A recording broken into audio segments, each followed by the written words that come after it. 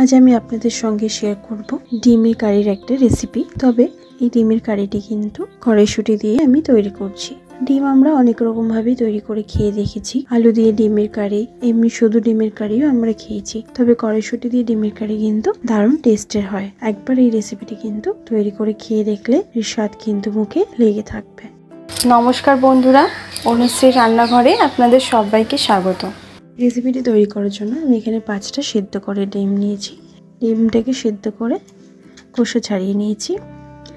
এখানে একটা ডিম আমি গ্রেট করে নেব, আর বাকি ডিমগুলো আমি সাইড করে নিলাম। এখানে আমি নিয়েছি 1 কাপ পরিমাণে কড়াইশুঁটিগুলোকে আমি মিক্সিতে দিয়ে বেটে নেব। তবে পুরো মিহি করে বাটবো না, এখানে একটু আধ কচা মতন বেটে নেব।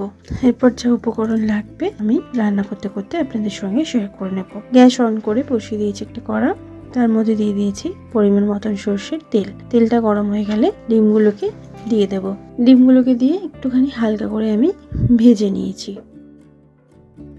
এরপর ওই তেলেতে ফোড়নে দিচ্ছি 1/2 চামচ পরিমাণে গোটা জিরে আর সামান্য একটুখানি হিং। ফোড়নটাকে ভালো করে একটু ভেজে নিলাম। দুটো মিডিয়াম সাইজের পেঁয়াজ কুচি আমি দিয়ে দিলাম। পেঁয়াজটাকে 2-3 মিনিট হাই ফ্লেমে একটু ভেজে নেব। আর এরপর দিচ্ছি 1 চামচ পরিমাণে আদা রসুন বাটা। আদা রসুন বাটাটাকে দিয়েও ভালো করে কষিয়ে নিলাম। পেঁয়াজ আদা রসুন একটু ভাজা ভাজা হয়ে যাওয়ার পর দিচ্ছি একটা মিডিয়াম সাইজের টমেটো বাটা, আর দিয়ে দিলাম মিক্সিং জার ধোয়া জল। দিচ্ছি 1/2 চামচ পরিমাণে গোলমরিচের গুঁড়ো, 1 চামচ পরিমাণে ঝাল লঙ্কার গুঁড়ো, 1/2 চামচ পরিমাণে হলুদ গুঁড়ো, 1/2 চামচ পরিমাণে ধনের গুঁড়ো, আর 1/2 চামচ পরিমাণে জিরের গুঁড়ো, আর স্বাদ মতন দিয়ে দিচ্ছি নুন। ভালো করে সব মশলাগুলোকে এবার আমি কষিয়ে নেব। ফ্লেমটাকে মিডিয়ামে রেখে কিন্তু এখানে মশলাগুলোকে কষিয়ে নেব।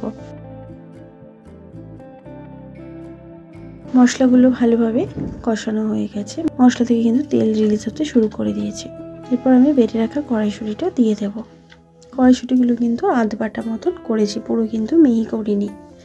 এরপর ভালো করে মশলার সঙ্গে কষিয়ে নেব।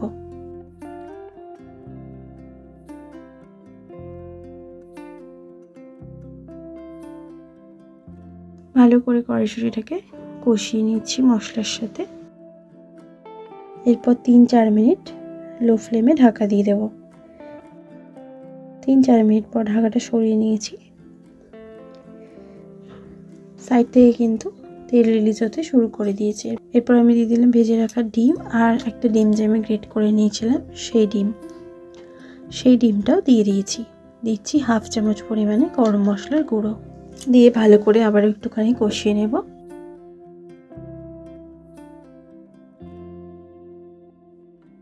ফ্লেমটা কিন্তু মিডিয়ামে রেখে আমি কষিয়ে নিলাম।